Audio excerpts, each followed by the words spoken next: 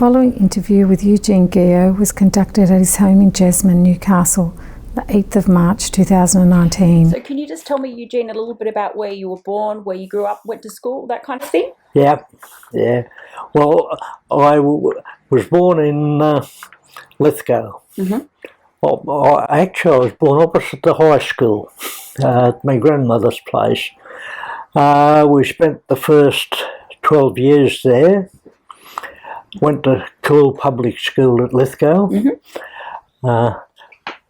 When I was about 10, my brother shot himself and me as well. He did. Shot himself through that finger, busted that, and hit me there, and they cut it out on that side. But Dad worked at the local power station there, and he got a transfer to Zara Street, so we came up here, and we lived in Wickham. Okay. And I attended Broadmeadow High. Mm-hmm. Had the best teacher I ever had there, Mr. Dart. He ended up teaching up here in the primary school. Okay. But, he was a wonderful teacher. If I'd have had him, I would have stopped the school instead of going out to work. Them days you could leave school 8 months. Yep. So I left and I got a job. I had an interview with Mr. Gibson. He was the general manager, and I got a job there. So what was your first role at the store? What did your first role there entail? Well, it seems that everyone that's junior that started there started repacking small things like sultanas and raisins and that into pound bags to be put into the thing. But then you sort of progressed from there to the counters. When you walked into the store building, you had a big grocery counter on the left, and then there was a wall, and behind that there was like another grocery department where they assembled the orders for delivery. Okay. Yeah. So you'd go out there and you'd get a docket and you'd assemble orders. Mm-hmm. Well, I was sort of put under the wing of another young fella to demonstrate how to things exactly and that sort of thing. His name was Ernie Hopkins. Mm-hmm. Yeah, he was my first tutor. Our or what would you call him? Under manager, I suppose. He sort of did a little bit of work in our area, but he's overseen us. Mm-hmm. We used to call him Creeping Jesus. You never knew where he was going to turn up, you know. You might be sitting down having a blow, and next thing he'd be looking over your shoulder. Jim Howard was his name. Okay. Yeah. Mm-hmm. And Alfie Redmond was actually the grocery department head. Mm-hmm. Then Jim Howard was under him. Okay. I think Mr. Gibson was the top man at that time. Okay. Yeah. But the young uns like myself, in the afternoon you were sent out with a truck driver to deliver the orders. Mm-hmm. When you got to where the customers were, the way the truck was set up, you had produce at the front, then you had the packed orders, and then at the back there was 3 boxes. One contained things like cereals and that type of thing that wouldn't go into the order package. Another one was bottled stuff, you know, like honey, sauces and that type of thing. And the third box, it contained mixed cheeses, because back in them days, I think the only 2 cheeses that were cheddar type was Kraft and Maxon. Okay. The other cheeses were all out of the old big blocks. The fellow would put the piano wire around the middle of them and chop them in half and then break them up into pound logs. And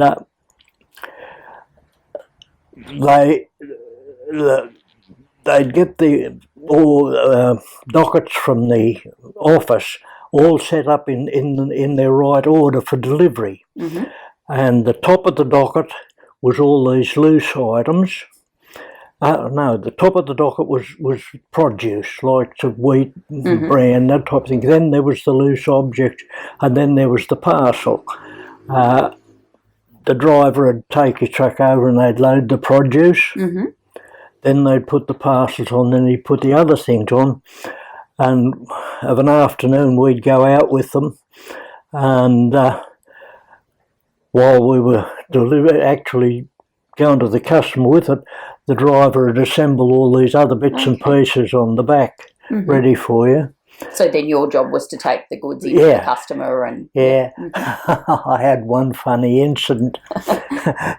It was a real wet day, and we were delivering in Merriweather, and I'd been on the job, delivering, I suppose, for about 12 months, so you get to know your customers.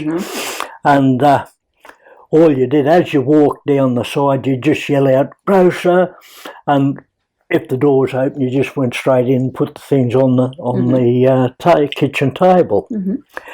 Well, this day, I walked in, yelled out "Grocer," and walked in, and a young lass, I suppose about the same age as myself, she'd got caught in the rain coming home, and it was winter time, and they had a fairly open fire, and she'd been disrobing in front of and hanging her clothes in front of the fire, and I bowled in, and her mum was a bit of a larrikin.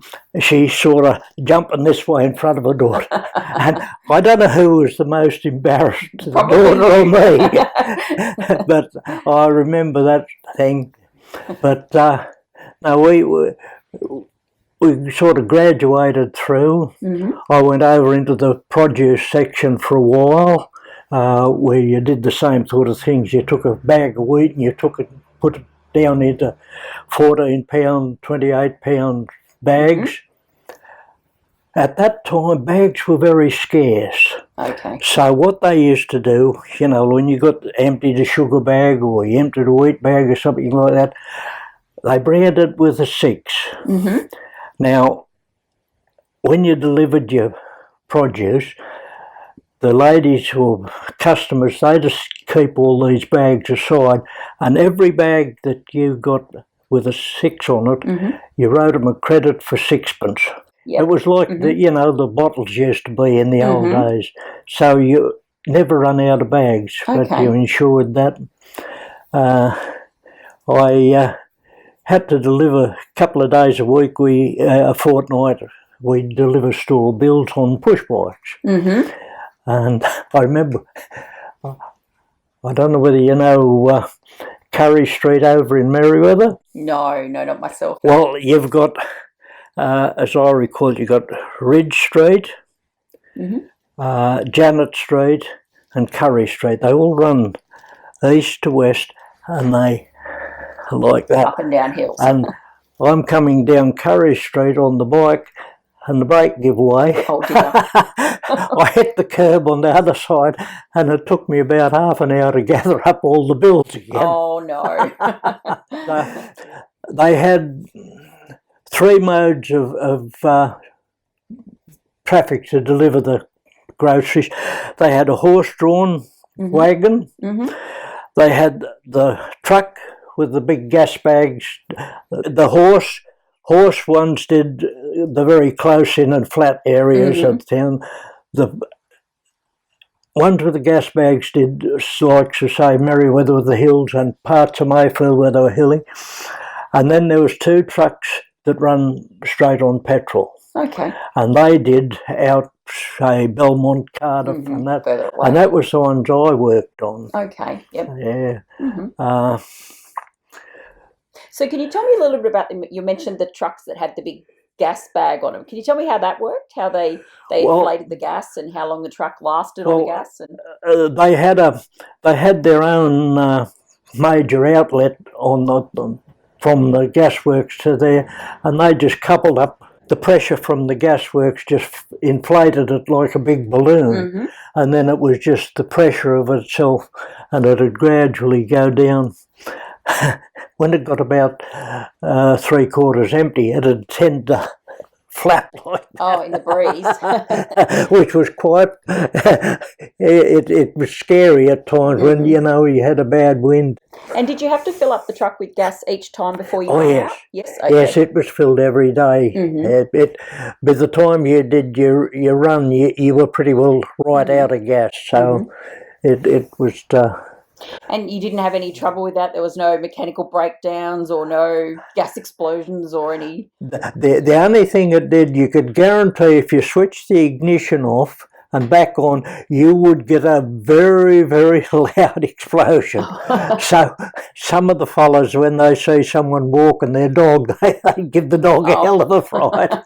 So but that was the sort of a trick they used to be bad with. But...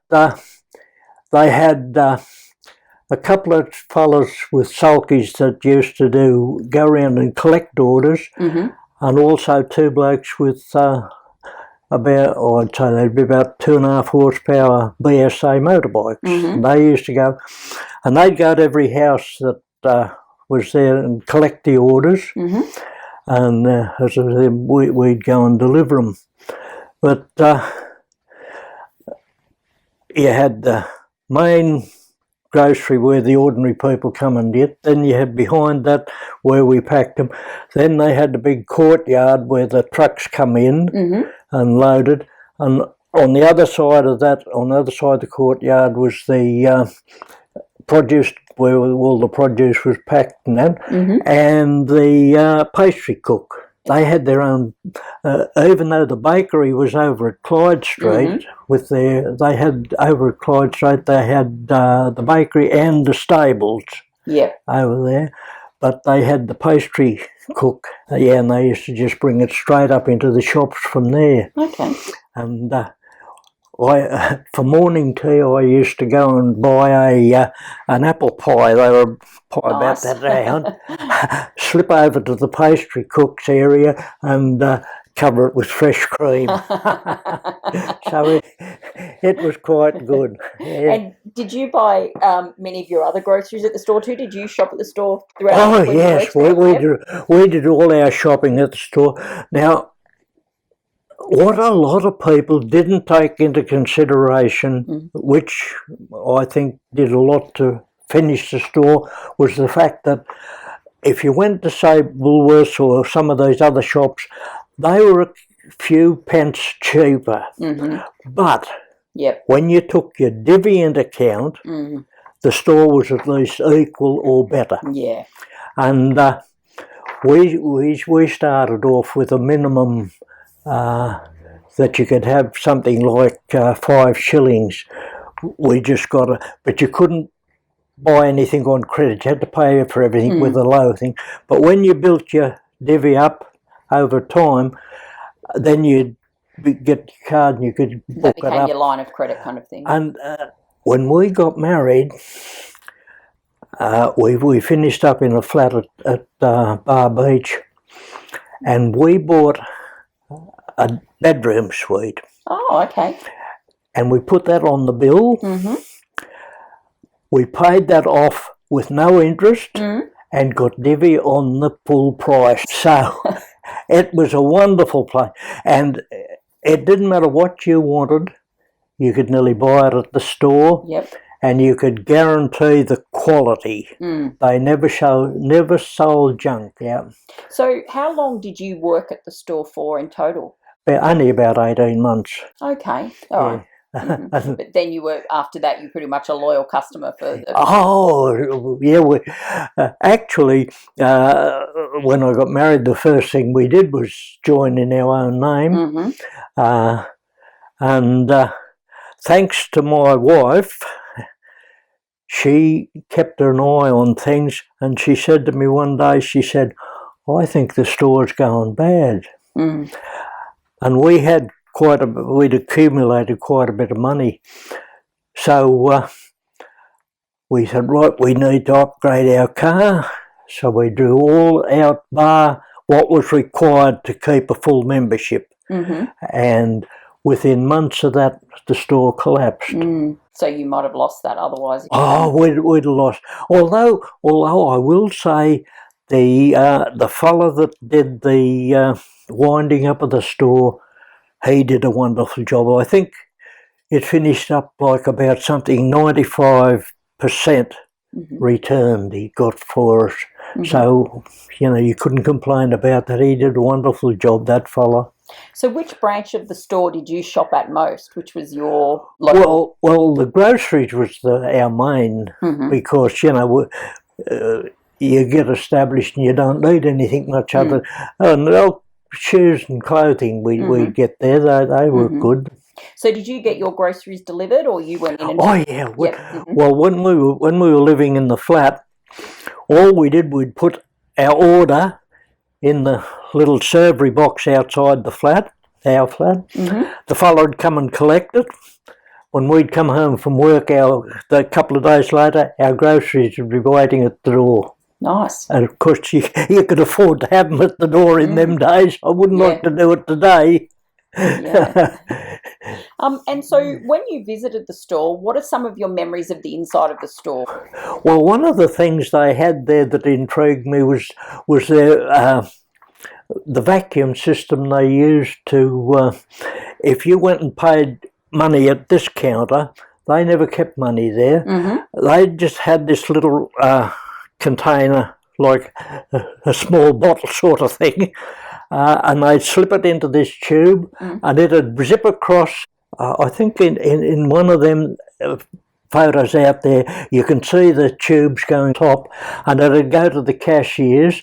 They'd do what was necessary, put any change in it, slip it into a tube, and it'd come back to you. Okay. And they'd open it up. And the customers didn't mind waiting for that? Oh, no. Well, the thing was, if you wanted to go and buy some groceries, you'd walk up to the counter, give the fella behind the counter the list, and sit there and wait, and he'd come back in a little while, and he'd have everything on the counter. He'd wrap it all up for you, write the docket out, you'd sign the docket, and that was it. Okay. You could be, while they're packing your grocery order, that's when you could be looking at the clothes and all the other bits and pieces that you need to buy as well.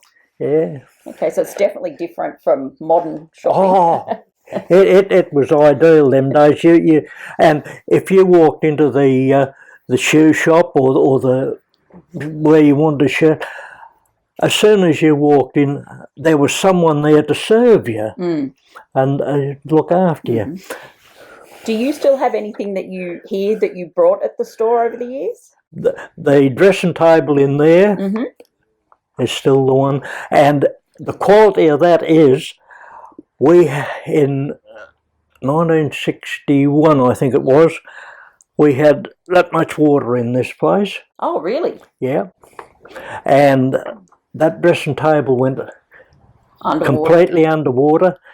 And apart from a few blobs where I this hand cleaning stuff, when the wife was sick and that, and I had it on there, I got a few drops of it, and you can see where it's wet. But apart from that, that dressing table is still as good as it was. That's great. Yeah, and that little table there, that went right underwater. Okay. And that's from the store. Store as well. That's the quality of the things. A little bit about the divvy and how the divvy works? The divvy. Well, it didn't matter whether you paid cash or whether you put it on your bill and paid it off in the fortnight. It was all tallied, and you'd get, don't quote me on this, it was something like 2 shillings in the pound. You'd get rebated, and every 6 months you could go in and they would enter that in your book, and you could either take that and pay off your accounts with it, or you could accumulate it and you'd acquire interest on what you had there, as well as... So it was a form of savings as well. It was a real good savings thing. And as I say, once you got it up to a certain figure, you could book up quite a lot. As I say, we booked up that full, it was a dressing table, tall boy and a low boy. Okay. So it was a full bed and the bed. Yep. So, they're still using the bed. Oh, perfect. Still using the bed. So definitely lasting quality. Oh, yeah. And so what changes did you witness in the store? Well, I think the extensions. Say, like, one of the main extensions I remember, which was very suitable for us, was they built at Wall's End. Okay. You know where the Diggers car park is? Yep. Well, that was the store. Oh, okay. On that side. It was on where that was. And they had pretty well everything there that you wanted. So it was nice and handy for us living here. We could just slip over to Wall's End and we did, I'd say 90% of our groceries we always got from the store. You know, like you had things like butter, which was a standard price. It didn't matter whether you bought it at Woolworths or Coles or whatever. It was a standard price, and you got your divvy on it. Yes. They had service stations. Let me think. They had a service station in Denison Street in town. They had a small one over at Clyde Street, where the outside where the bakery was. I think there was about the only two they had of those. But you could get petrol as a standard price, and you got your divvy. So you actually 2 shillings in the pound cheaper on your petrol. And as I say, you know, it just automatically saved. And you know, like if you went to Coles and you saved threepence here and threepence there, by the end of the day you wouldn't know where it was. It was gone. But you saved threepence at the store, it built up, and you got a pound or £2. It was a saving you didn't notice. Yeah, no, that's definitely it's kind of funny that Coles and Woolies are now starting to introduce those things again now, like they now do deliver groceries and they now offer discounts at petrol stations. But I don't think they have the loyalty of the customers that the store had, do they? Well, I was brought up as a store person because my parents were in the store at Lithgow. Matter of fact, I could remember their store number better than I can remember the one for me. Their store number in Lithgow was 720. And they had quite a good setup in Lithgow. They had a main store in the centre of the business district. Then they had a couple of small branches, one in the eastern end of Lithgow, one in the western. We lived in the western end of Lithgow. They had a main grocery and store and butchery. I can't remember a butchery here. They could have done, but I just can't remember a butchery shop. So it was second nature for you when you came over here to automatically join the store. Had to join the store. Had to be a member of the store. 1857. Okay. That's our number. That was your membership number. But I wouldn't have remembered that, only I found the token for it. Yeah. They got a bit, I think when the first ones we got, I think, were aluminium. But the latest ones are just plastic. Yeah. How did it benefit the community? Well, it was a big benefit to the community, and it was sad to see the young people more interested in threepence than saving threepence. And I wouldn't have been surprised if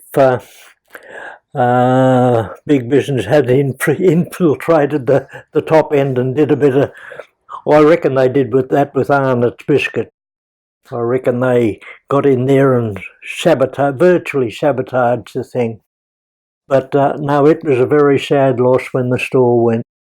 But as I said to you earlier, thanks to my wife, she was an astute business person. She was. Yeah. Store, the lasting legacy of the store. Is there any? The divvy. The divvy. Okay. Yeah, that was unique. That was unique to the store, and it was, as I say, it was just a natural way of saving, and you could pay your bill off, or you could save it. That was wonderful. And did you ever take advantage of any of the other store products they had? I believe they had insurances and those kinds of things. We insured this through the co-op store insurance. Oh yes, okay. They were good that way too, and you could divvy on that. Oh.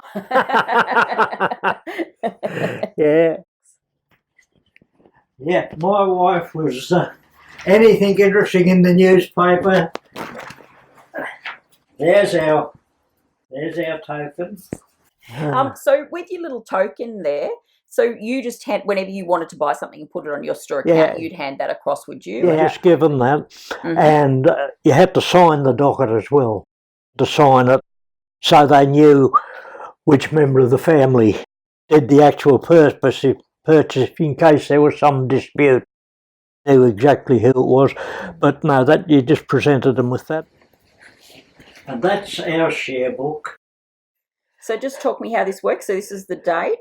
Yeah, they're the dates that you went and got your entries in so often. But this is the big withdrawal. Okay, in the red down the bottom. That means that you withdrew your... Yep. And this one, that's my mother-in-law's, where the will... they changed. They put it over into this account because June was the executor of a will. Okay. Yep. So that was. These are just little entries of.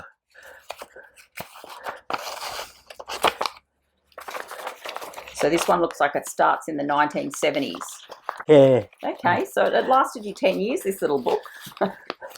Yeah, as you filled them up, they give you, you know, and you'd just go in and present your book, and they'd fix it up for you and say, what do you want to do with it? Do you want to spend it or save it?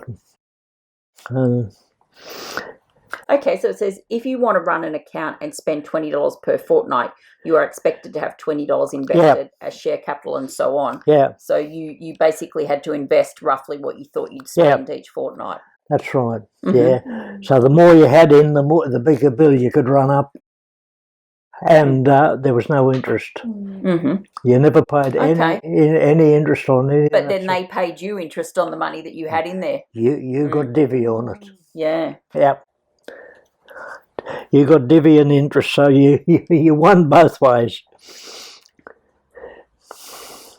Every member shall hold at least 50 shares. Oh, dividends on shares shall not exceed 8 cents per annum. Okay. And so this one was for what they used to call divvy day, where you take it in twice a year on divvy day. Yeah, divvy day, you'd take that in, and they had a special. They'd set up a special section up on the first floor where the cashiers were, but they'd set up a special separate from the actual cashiers just for divvy day. Okay. So I've heard a lot about divvy day. What are your memories of divvy day? Well, I never had much to do with divvy days. The wife. Okay. As I say, my wife was. She was the backbone of the place and did all the financial side of it. Yeah. I'd come home on payday and just say, "Here's me pay." You sound exactly like my dad. I'd take out, say, $5 or something like that I might need for fares for the week or something like that. But the rest of it, I'd forget about. Okay. Now,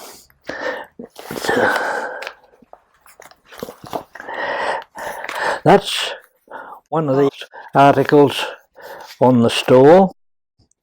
So I'll put that back in there so that it doesn't lose the... That's just... that's the store bakery card. I've heard a lot about them, but that's the first one I've seen. Yeah. Now, this... that is about the co-op store. Now this is the grocery. What did I put my eyes on? And I think that one over there, I think that shows the tubing going across the top. Yeah, here, is it? Yeah, that's... There's two of them run parallel together, one up and one down, and they've got a small opening where you open and take the thing out. But when you open it, you can hear it go at the vacuum. Yeah, as it's to suck it up. Yeah, but that's... Every part of the store had that going over at the top.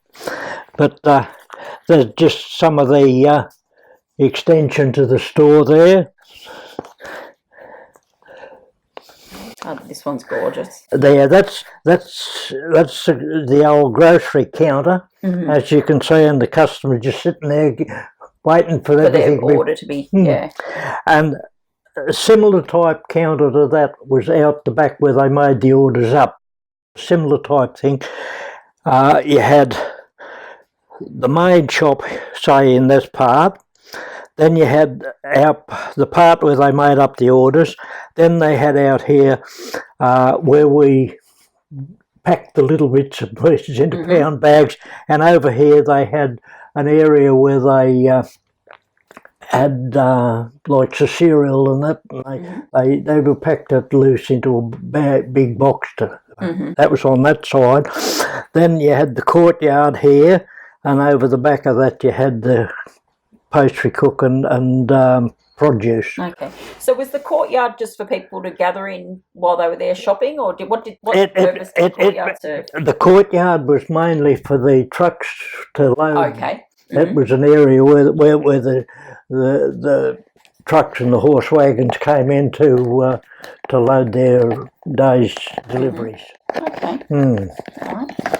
Oh, do you remember the Christmas windows that they used to have, the display windows? Did you ever take the kids to look at those? Oh, the store windows at Christmas, never the same, but always fantastic. And it was every window for the whole thing, and every branch had.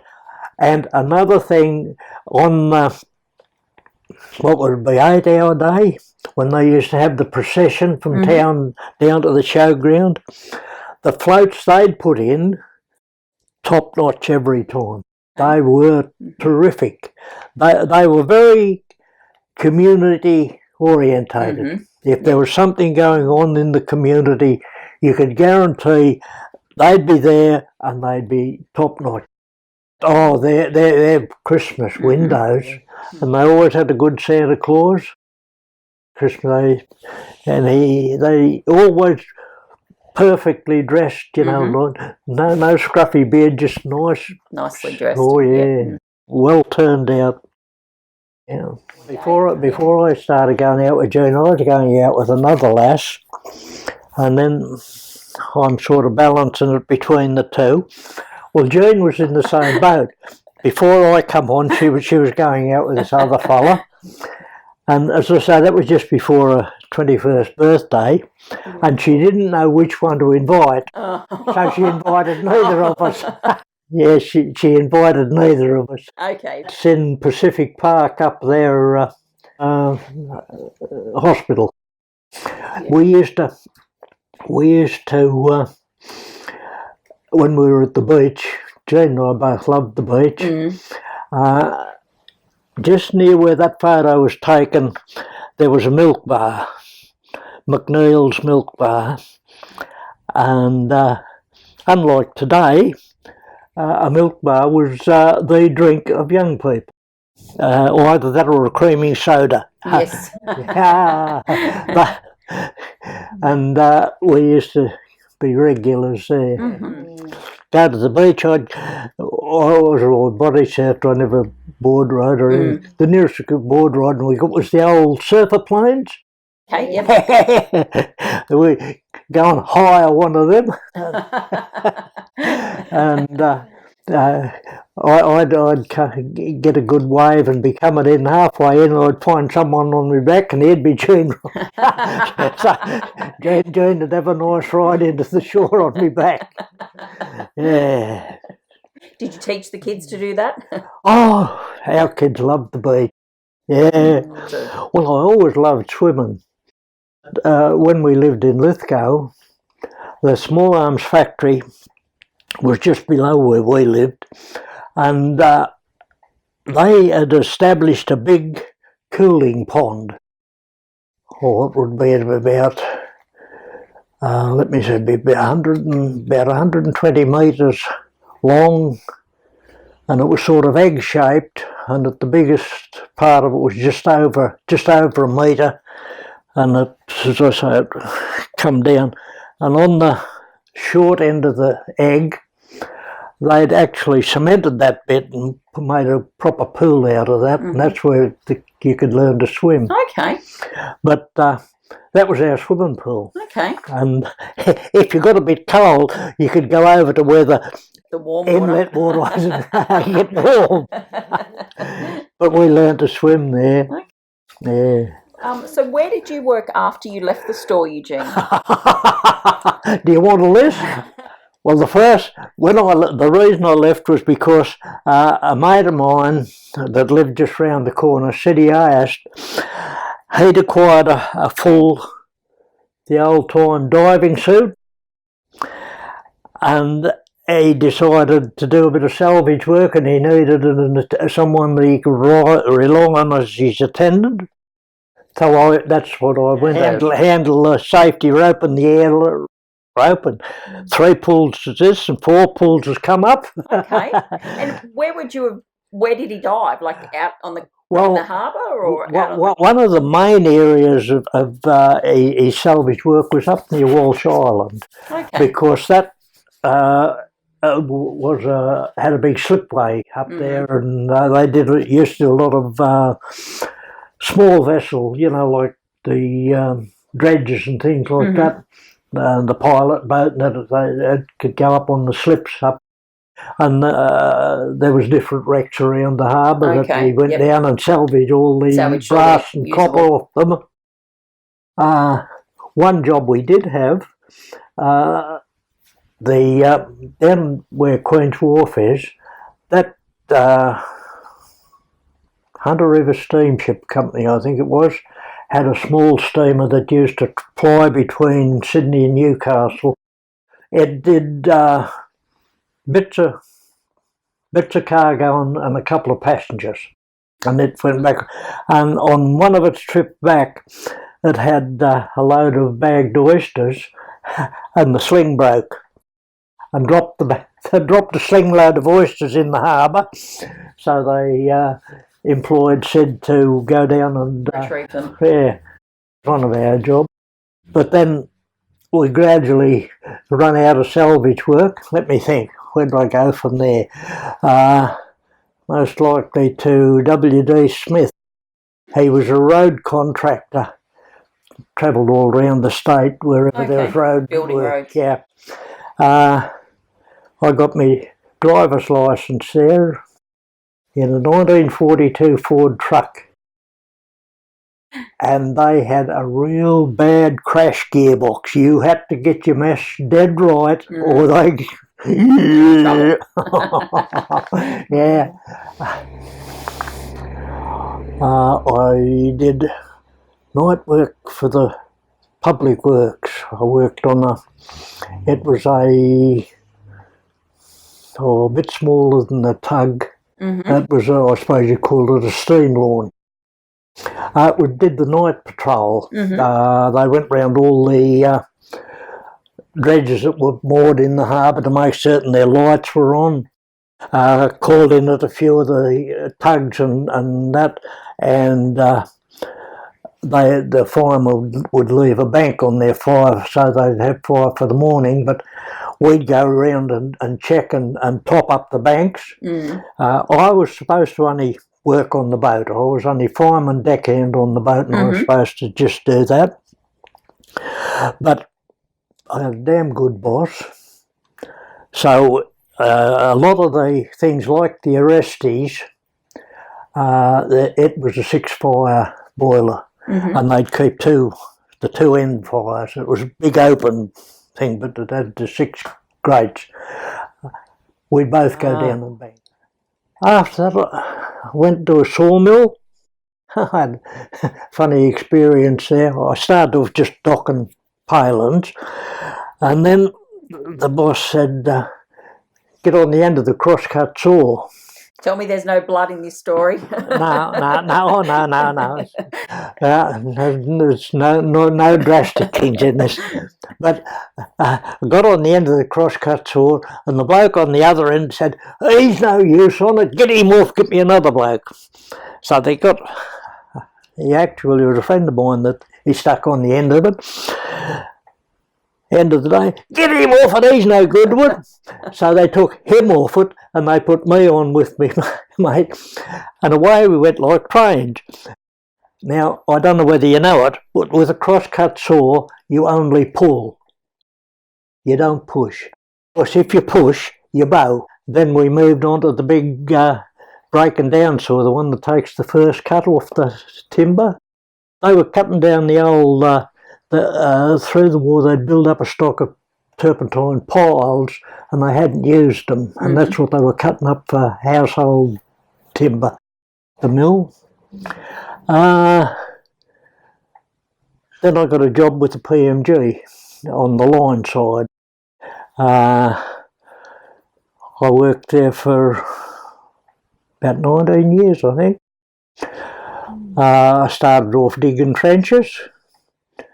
And I drove the truck that did the pole lifting and pulling the cables in. Did a course on cable jointing, became a cable jointer. Did another course on manhole building and aerial work. So I was given a job as a ganger for a while, in charge of a few blokes.